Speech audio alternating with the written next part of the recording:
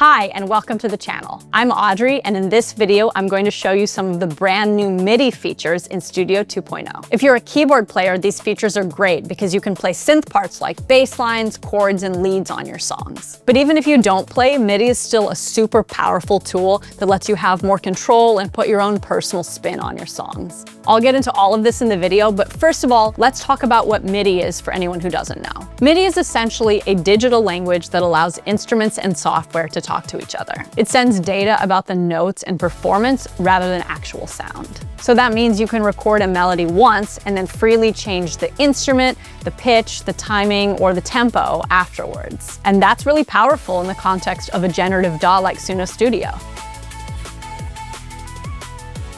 I'm going to show you how to record MIDI straight into your song using what I'm most comfortable with, my external MIDI keyboard, which is connected to my computer via USB. I'm working on this track and I want to add some strings to it. First, I need to add a new MIDI track, and I can do that by either clicking Add New Track on the bottom left or pressing Shift-T and then M on my keyboard.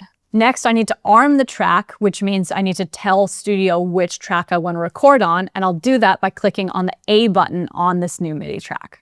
Next, I need to select what sound I want to use to record the MIDI. So I'm going to go to the very bottom left and click Effects, and it's going to default with this plugin called Wavetable. Wavetable comes in with a default synth sound. You can shape your sound. There's also a bunch of presets in here. I'm just going to select big strings.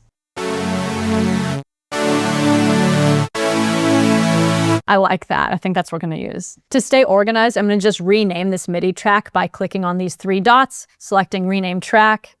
I'll call it Synth Strings and hitting Enter. And just so you know, if you don't have a piano keyboard, you can just use your computer's keyboard instead. If you click Command-K on a Mac or Control-K on a PC, it pulls up this keyboard overlay where you can either type to play sounds or just use your mouse to click on the notes. The keyboard overlay also gives you access to other cool features, including the arpeggiator and chord modes, which you can have fun playing around with, but we will go into a deep dive on that at a later video. All right, I'm ready to record. I want to add my strings into the chorus of a song that I've been working on, which currently sounds like this. Pocket full of keys,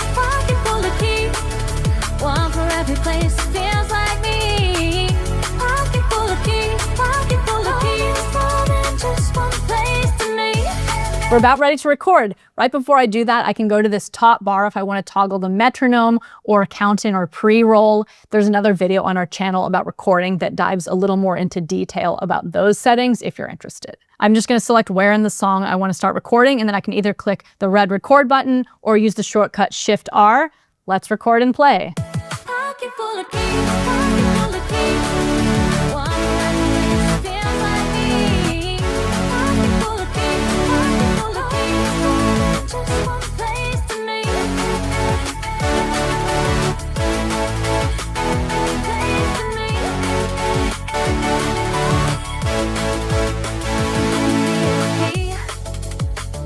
All right, that was pretty good. I feel pretty good about what I just recorded, so I could just leave it as is in my arrangement, but let me show you some other really cool things you can do in Studio with this MIDI.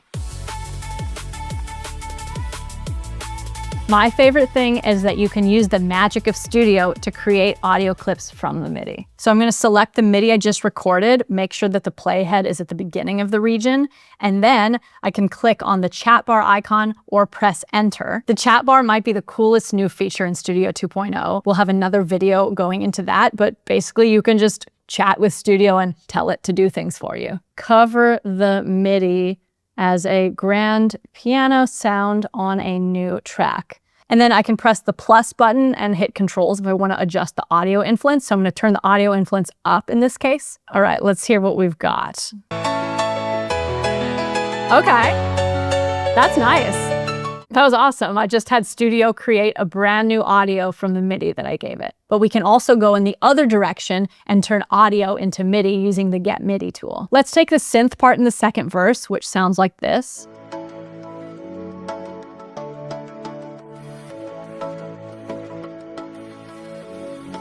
So first I'm going to create a new MIDI track, just like we did before. Now I'm just going to select that part of the synth that I want to convert to MIDI. So I'll put the playhead where I want to make the first cut, Control-click split, do the same for the ending point, and I'm just dragging this section of synth that I want down from the synth track onto the MIDI track, and then I just hit convert to MIDI. It's literally that simple. All right, let's hear what it sounds like now. It was green and purple and blue. Oh, You looked at me and smiled. That's Said a this vibe. place is yours now too. yeah. Life we That worked pretty well. It took my audio and turned it into MIDI. And from here, I can now edit the MIDI, change the notes, change the timing, and I can also export it to another DAW if I want to use my own instruments. One of the coolest things about Studio 2.0 is the chat bar, which lets you prompt new tracks, lyrics, vocals, generate new plugins from scratch, and yes, even generate MIDI parts. All right, I'm going to open up the chat bar and I'm going to just say create a powerful bass line part with MIDI that follows my track and click enter. All right, we have the MIDI back from our chat bar. It created a bass line. Let's get a bass instrument. I'm going to choose the preset sub.